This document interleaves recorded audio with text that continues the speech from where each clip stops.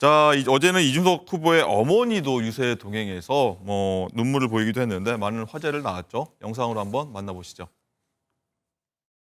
제 가슴 속에는 왼쪽 가슴은 정치인 아들 이준석, 오른쪽 가슴엔 내가 배 아파 낳은 가슴으로 낳은 아들 이준석. 그래야지만이 버틸 수 있는 게 정치인 가족입니다.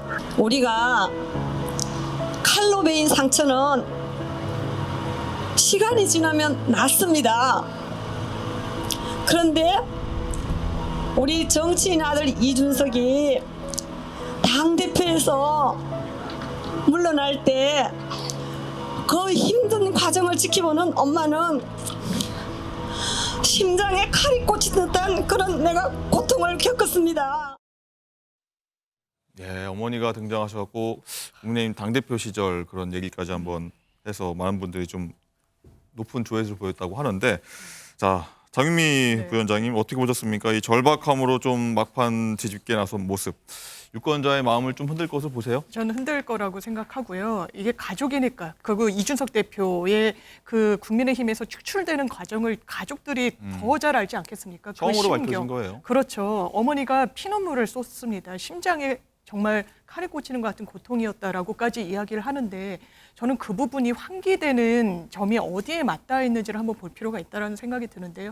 당연하지만 윤석열 정권의 무도함을 떠올릴 수밖에 없습니다.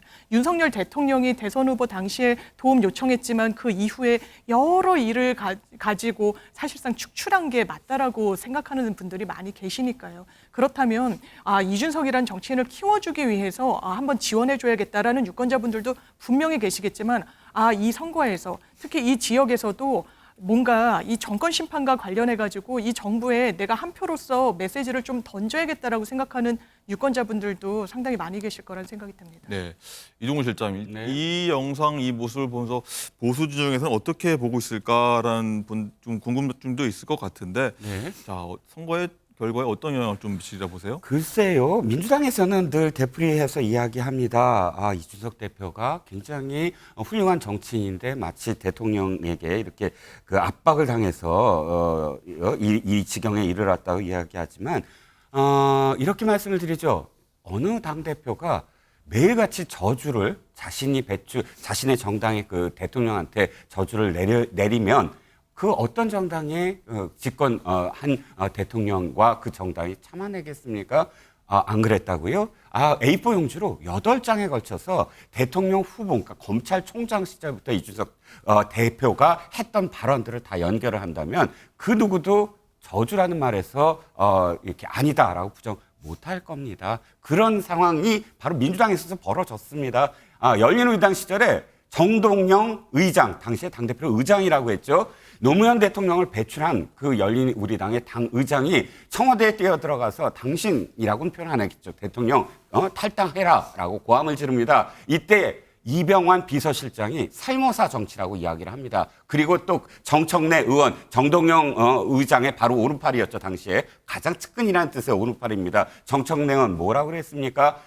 청와대가 밴댕이 소갈딱지 같았다. 자, 이게 바로 원하는 수평적 관계입니까? 결과 어떻게 됐습니까? 500만 표 차로 참패를 당했습니다. 이것이 당대표가 대통령한테 할 말 다 한 그 정당의 최후거든요. 자, 어머님 나서서 이렇게 말씀하신 거 분명히 유권자들한테 호소력 있을 겁니다. 하지만 그럼에도 불구하고 내쫓았다라고 이야기한다는 그 안에 있는 진실에 대해서는 그 누구도 그 어떤 사람이 와도 그것을 거꾸로 뒤집지는 못할 것이라고 생각을 합니다. 네, 유권자들 어떤 판단 내릴지 지켜보도록 하고요. 자, 이준석 후보는 그리고 오늘 자정까지 48시간 무박 유세 들어갔습니다. 48시간 굉장히 좀 긴 시간이긴 한데, 죽는 것보다 낙선이 더 싫다고 했다고도 하는데요. 어떤 목소리인지 한번 듣고 오시죠. 이준석 대표 지금 정말 강행군하고 있거든요. 그러니까 무박 유세에 돌입하기 전에도 사람이 저러고 살 수 있나 싶을 정도로 굉장히 열정적인 선거 운동을 하고 있었습니다. 그래서 무박 유세까지 하면 제가 그랬어요. 이러다가 좀 표현이 그렇지만 죽는 거 아니냐. 그랬더니 이준석 대표가 죽는 것보다 낙선하는 게 더 싫다라고 하더라고요. 자, 김윤영 대변인, 어떻게 되셨는지 궁금한데, 자, 개혁신당은 당 차원에서 여기 이준석 후보가 나선 지역구에 진짜 올인이라고 할 정도로 다 총력을 기울이고 있거든요. 자, 국민의힘에서는 어떻게 바라보십니까? 이준석 대표가 정치를 잘하는 건 모르겠지만 선거는 참 잘한다는 생각이 많이 듭니다. 가용할 수 있는 자산을 모두 활용했고 동시에 본인이 언론의 주목도가 높은 점을 적극적으로 활용해서 그 점을 지금 아주 잘 이용하고 있고 언론이 원하는 그리고 또 메시지를 정확하게 내주고 있는 것 점에서는 저도 높게 평가합니다. 사실 이준석 대표가 화성을을 출마했을 때 모두가 그 지역 선택에 의아했었는데요. 최근에 한국일보가 분석한 자료를 보면 전국 선거구에서 가장 낮은 연령대를 갖고 있는 게 화성을이라고 합니다. 30대 중반 정도 됩니다. 34.65세입니다. 예. 그런 점까지 고려해서 의도적으로 이 지역구를 선택했다고 보는데요. 그만큼 이준석 대표가 선거에 있어서 이번 선거를 얼마나 절실하게 준비했는지는 보여준다고 생각을 하는데 아까 이종근 시사평론가 말씀대로 선거 결과가 어떻게 될지는 저는 끝까지 가봐야 된다고 생각을 합니다. 예. 자, 그런데 정청래 민주당 서울 마포 후보가요. 이런 이준석 후보의 무방 유세에 대해서 바보 같은 자기 학대라고 비판했다가 급하게 글을 삭제하는 일이 있었어요. 장가 기자. 그렇습니다. 이준석 후보가 잠도 안 자고 이 마지막 표심을 얻기 위해서 노력을 하는데 이에 뭐 감동해서 글을 내린 건 아닌 것 같고요. 민주당 공영훈 후보도 무방 유세를 한다는 그런 SNS에 글이 올라왔거든요. 그래서 이 소식이 전해지면서 글을 삭제한 것으로 보입니다. 어제 정청래 의원이 페이스북에 이준석 후보의 무박 2일 48시간 연속 유세를 저격을 하면서 선거 막판에 이런 거 하면 절대 안 된다. 이는 지고 있다는 것을 만천하에 알리는 거다. 이번에도 역시 틀렸군이라고 했습니다. 하지만 공교롭게도 공영훈 민주당 후보 역시 48시간 무박 유세를 진행하는데요.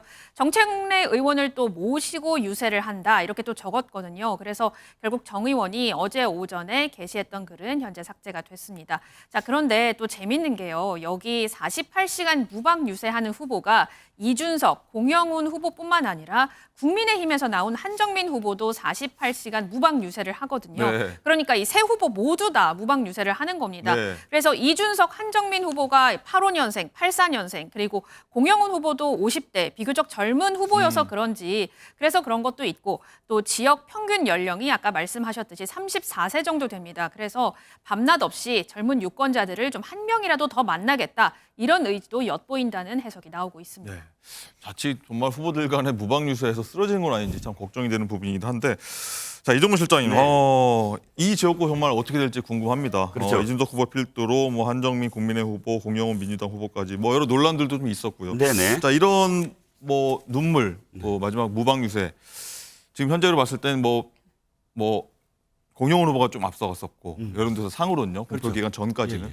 이게 좀 영향이 판세를 좀 어떻게 좀 결과를 출렁거리는 것 같아요. 분석하시겠습니까? 진짜 출렁거리는 네. 것 같아요. 워낙에 이제 공영훈 후보가 현대자동차 CEO였고 또 거기에 현대자동차와 연관된 어떤 지역이고 하다 보니까 상당히 이제 앞서 있는 건 맞는 것 같고 또 그 지역에 굉장히 이제 생활 수준도 높고 또 어떤 학력도 높은 젊은 부부들이 많이 살고 있다고 합니다. 예. 그러면 왜 워너비 있잖아요. 자기 아이들을 만약에 낳게 되고 키우면 누구처럼 키우고 싶을까? 네. 이런 어떤 상대일 수도 있어요. 또 이 세 후보와 고르게 학력이라든지 어떤 자신들의 어떤 경력이 높아요. 다른 어떤 지역에 뭐 상대적으로 비교를 한다면 고르게 그러다 보니까 사실 이렇게 선택하기가 쉽진 않았을 건데 말씀하셨듯이 공영훈 후보가 조금 더 앞섰던 것 같습니다. 그런데 아시다시피 지금 공영훈 후보의 아빠 찬스 이것이 이제 기사화되면서 분명히 출렁임은 보입니다. 그러니까